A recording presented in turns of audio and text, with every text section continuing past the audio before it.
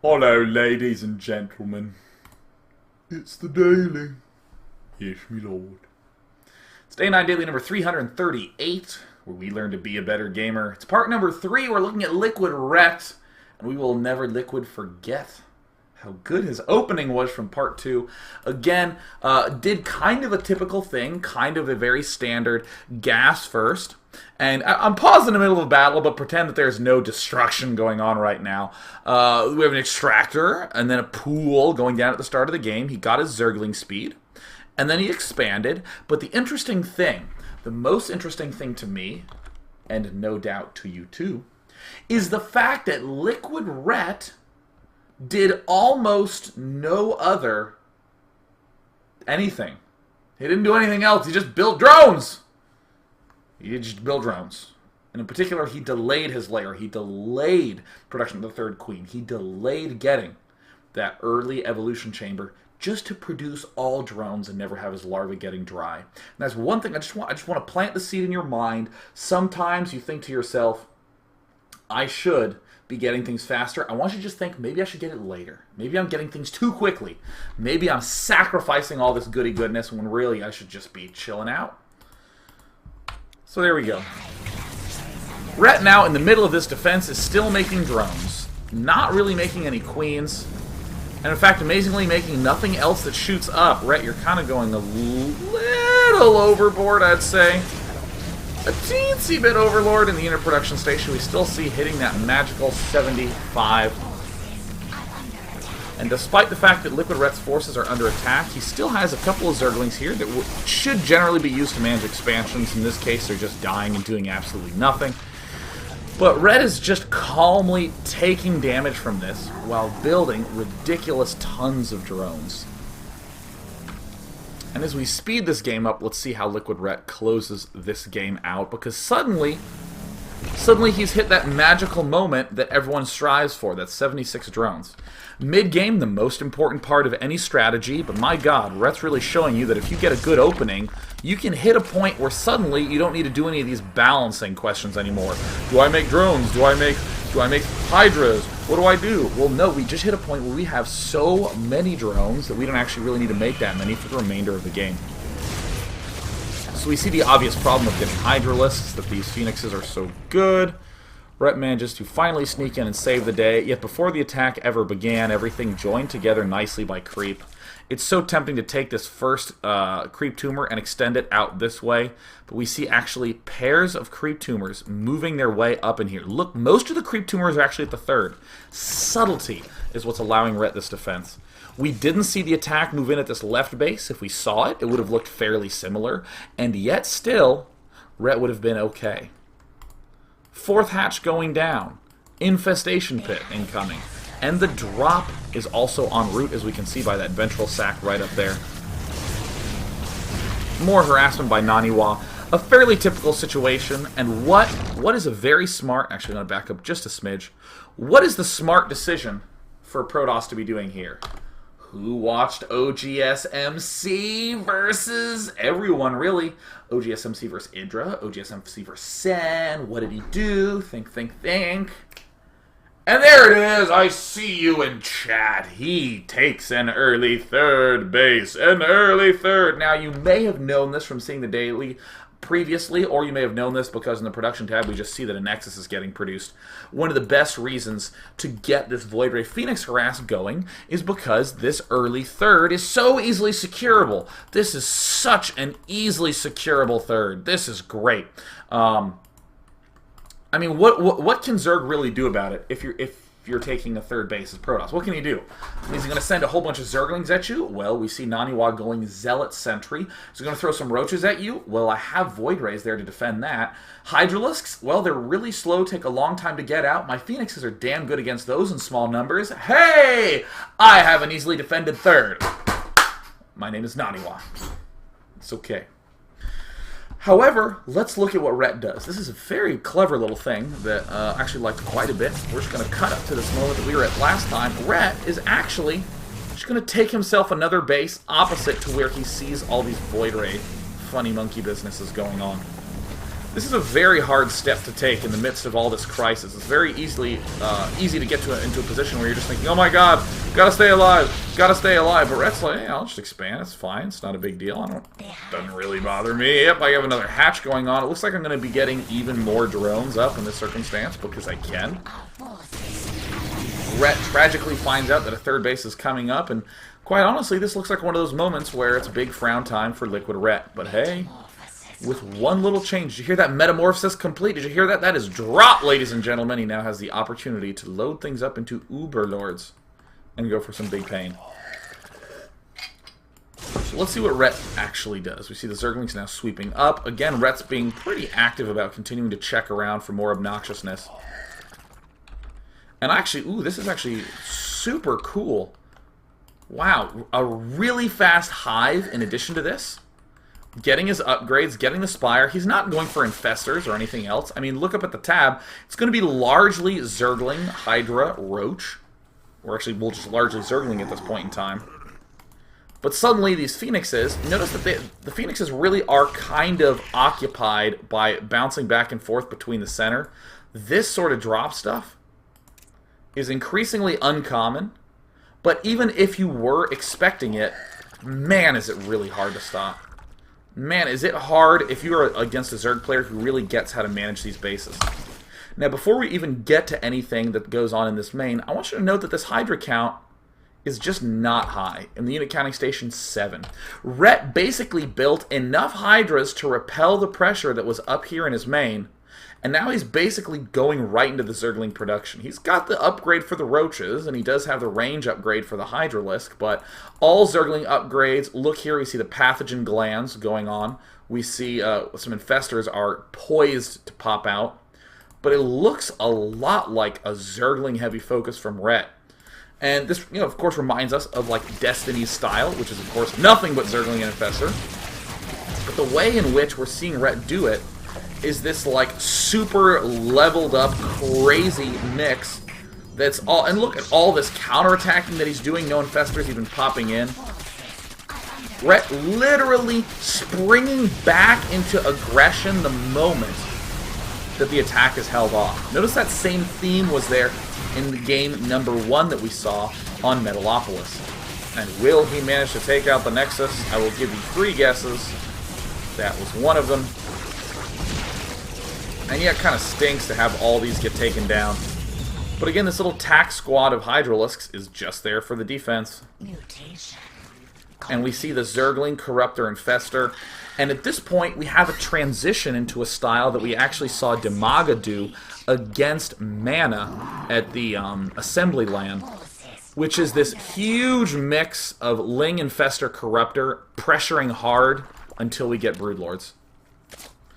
A nice little pressure from drop. Getting some Roaches. Roaches are our emergency unit. It's our holy crap, I'm worried I'm going to die unit. So because we don't want to die, we're going to go ahead and protect against that. Building the Corruptors, obviously, to deal with all the air business. Whoopsie daisies with the Rett. Doing a couple of misfires. But this is such a cool transition into this Zergling, Infestor, Corruptor composition. dNaniwa is still looking very intimidating, but I want to note something about this attack. You must expect this as Zerg. In any game, when you do a lot of damage to a base, or even 2, an immediate counterattack is oftentimes the most correct thing that your opponent can possibly do at that point in time. It is the most correct thing he can do. Oh, if I just lost 2 Nexuses, my economy's going to be bad. Well, it hasn't been bad, so my army is as strong as it's going to be right now. My future army is going to be in shambles because I don't have the income to support that. But right now, I'm going for it. This is a surprisingly frequent mistake that you'll see players make when they put in some aggressive fanciness in there. They'll do the aggression and then lose to the counter-aggression. But, of course, Rett preparing appropriately for all that good jazz. And for any of you experiencing a black screen, there's a black screen fix being posted in the chat. Because, again, sometimes the updates that happen with some video software do not... a lot of people don't know about them. So it's in the chat. It's in the chat. So at this point, it's going to be a fairly typical looking defense from Rett. I kind of would have preferred those Infestors to stay alive, as no doubt LiquidRet would have. But alack and alas, those sorts of things do happen.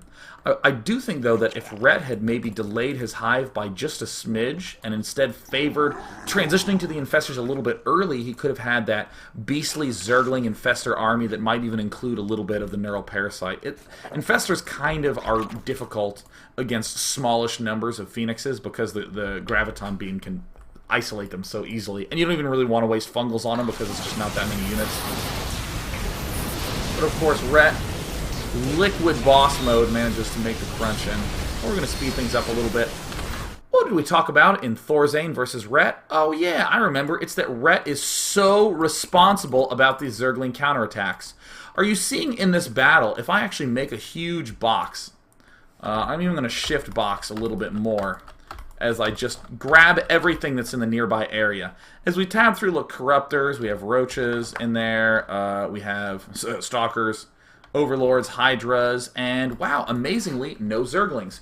Rett took time to build a round of Zerglings to do a counterattack. And this little tiny touch is what is going to make him S-Class versus Code B. This sort of battle, many look, Rett is still struggling with this battle. But now all of a sudden, DNaniwa is struggling with this defense down here. He has 1/1 Zerglings in his hair. We have almost a full round of Warpins being devoted to just defense. And now LiquidRet just now getting his Broodlords up. The game actually does not continue on for very much longer. LiquidRet just kind of holding, biding his time, doing a couple of advance forwards with some of these here air units, but once the Broodlords pop out, that's when it's scary time, DNaniwa. But this isn't just the composition. We're going to see the aggression from Rett really spring forward. The Broodlords literally rally. I would love to even see a couple of Zerglings pop into an Overlord and get dropped into the main. These are the little things that are allowing Rett to sprint forward into an amazing position. There's like all Zerglings being rallied up here. Zergling, Infestor, and again, when we need to reinforce, we just slam forward with Roaches. But if I had to identify all the few, like maybe 3 or 4 things that Rett did, I would say it was getting the drop in the midst of this air thing going on, the Zergling counterattacks that he did throughout the game, and his ridiculous favoring of drones throughout. I think everyone knows how to make a lot of Roaches at this point in time. Everyone knows that that's good stuff to do. The transition to Zergling Infestor, I think, is quite noteworthy, but man, does that look hard to deal with. I mean, I'm almost, even more impressed with DNaniwa in this circumstance, because look at how DNaniwa just took all that damage like a total boss, and then came out with a push that almost won the game, and then narrowly ended up losing. But, it goes to show you that that is a big testament to Rett's overall map focus throughout this point in time, and just his general positioning of everything. So I'm just going to restart the question grabber. There's the start. And now we're going to take some questions before we wrap up. While we're waiting for those, just like to note that Funday Monday for next week, submit to me a 2v2 where you and your partner play, but only one of you makes air units and only one of you makes ground units. Yeah. Workers don't count, Overlords don't count. Everything else does. What I don't want is someone going mass Roach Overseer or something like that. But for instance, for detection, you can't have your ground Protoss making an observer or two. The opponent or the ally must provide the detection. Something like that. One player's ground, one player's air. Make the announcement to your opponent so that they know what you're doing. You don't have to be like, I'm ground, I'm air. You can get clever with it, but submit those to Monday at day9.tv. I'm gonna have some more. I'm gonna have some more announcements for next week, for the Sunday through Thursday week that's going to be happening coming up, because that week has a couple of exciting things going on. It's all user-submitted games. It's going to be very fun to watch nothing but your replays as we reignite the tradition of Newbie Tuesday. And also, it's the final week of the After Hours Gaming League, where we're going to see the semifinals, 3rd, 4th place, and of course the finals on August 19th, held at Facebook. It's going to be amazing. August 19th is that date. And for any of you who don't know what I'm talking about, it's the After Hours Gaming League, AHGL.TV, where we have the 8 top tech companies duking it out for a chance to donate $5,000 of my money to charity.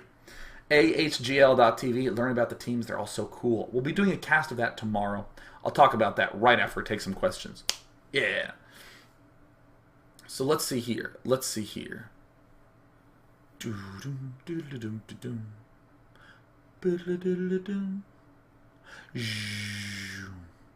Let's see here. Let's see here. Let's see here. Virids says, Dear Day 9, in both games we saw dNaniwa push out and lose his army on open ground. What do you do when the Protoss refuses to move out from his bases until he's maxed, and then attempts to crush you in one big attack? Aggression doesn't seem possible. What I'd like to note about this last game is that dNaniwa actually was trying to do that, because this is the exact style that we see MC and many other Protosses do. However, all good top-level play is about expansion management and concluding what you can get away with based upon the positioning and timing of his expansions. Because dNaniwa took that fast third, Rett was able to do this big drop. He was able to do this huge drop. And now, if you're saying something like, well, what if he doesn't go Void Red at all? What if he just takes his third very quickly and then goes for a maxed army?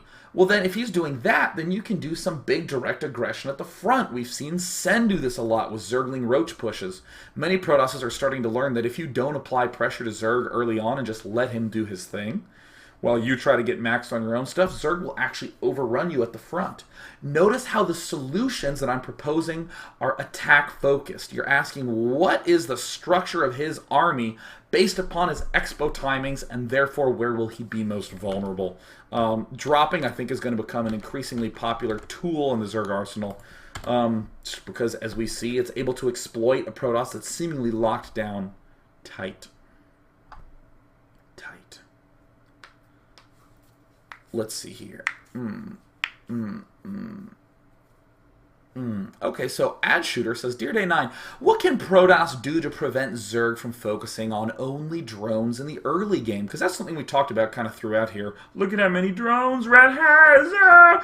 And what I would note is that, to a certain extent, you can't, you know? You can't do that. It is instead correct to say Zergs will be making lots of drones. That's the normal style of Zerg. And if you're up against a Zerg who's making a whole bunch of units early on and it's feeling really easy, don't become too comfortable with your own strategies. What you will often see Protosses do is try to do little tiny pokes and prods that mess Zerg up in some way.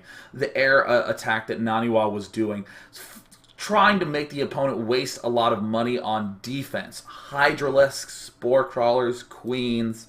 Convince the Zerg that he can't attack. Rett sidesteps all of this by just getting a really fast drop, which he can actually afford to do given his amazing drone management. Many Protosses are starting to actually have a lot more trouble against these types of Zerg players. But you know what's actually, I think, the best way to deal with it? What, Sean? Is to just embrace that you're not going to be going for an early game win or early game pressure and try to do something later on. Huck going for fast +2 big blink stalker early thirds himself, getting Templar up, doing things with DTs, not trying to win with some mid-game army or some early game army, instead trying to just get to late game and use his better game management and use the bigger, strong armies of Protoss to perform well. Keep in mind, the trick might not be to get him to be low on drones. It might be to get him high on drones and then to get in a bad composition because he overproduces with this huge amount of larvae he has. We're going to take one more question because then I have to head down to Blizzard. Alright,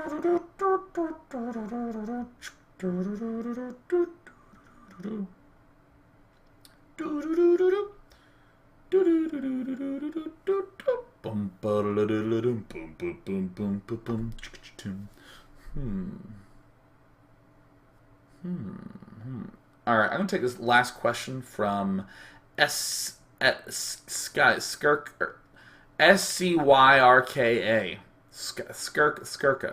Circa. Dear Day 9, is it more effective as a Zerg player to focus on aggression and drops like Rett, or to macro up and mass up a large Deathball army like Protoss usually does? You notice I took a long time to go to a third question because there's a lot of great questions here, but this one, I think, is a problem endemic from not quite thinking of the game from the correct angle. So I actually would say that this logic is backwards. This is backwards logic. The question is, do I want to be aggressive and drop huge amounts of units and apply damage? Or do I want to be passive and macro up and do all sorts of goody goodness? It's not that this is the correct or that is the correct. Instead, you need to say, what problem do I have? Identify lots of problems clearly. And then ask, what is the solution that will provide me with the answer? Man, those Protosses seem to be getting on that huge death ball on 3 bases on Metalopolis. I never feel like I can attack him because he's going for all this air stuff. And at the front of his base, he has Zealot Sentry. And at his third, he just has a whole bunch of gateways walling himself in. Solution. If I get a fast drop and I'm aggressive at this point in time, I can easily do a ton of damage, spread his small amount of forces thin, and get into the lead. Ha! I have just now given myself a good answer.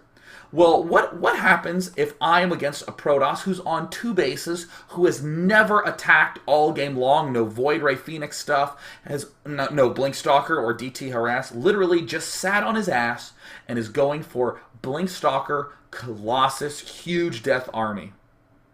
Well, harass and aggression will actually certainly not break that because he's tight, packed, defensive on 2 bases. The correct thing would be to macro up, get a huge army, and to throw your maxed army at his and follow it up with a second maxed army, hoping that your economy, actually let me not say hoping, planning to have your economy be so good that it just overruns him in 2 waves. These are the sorts of logics that we want to state.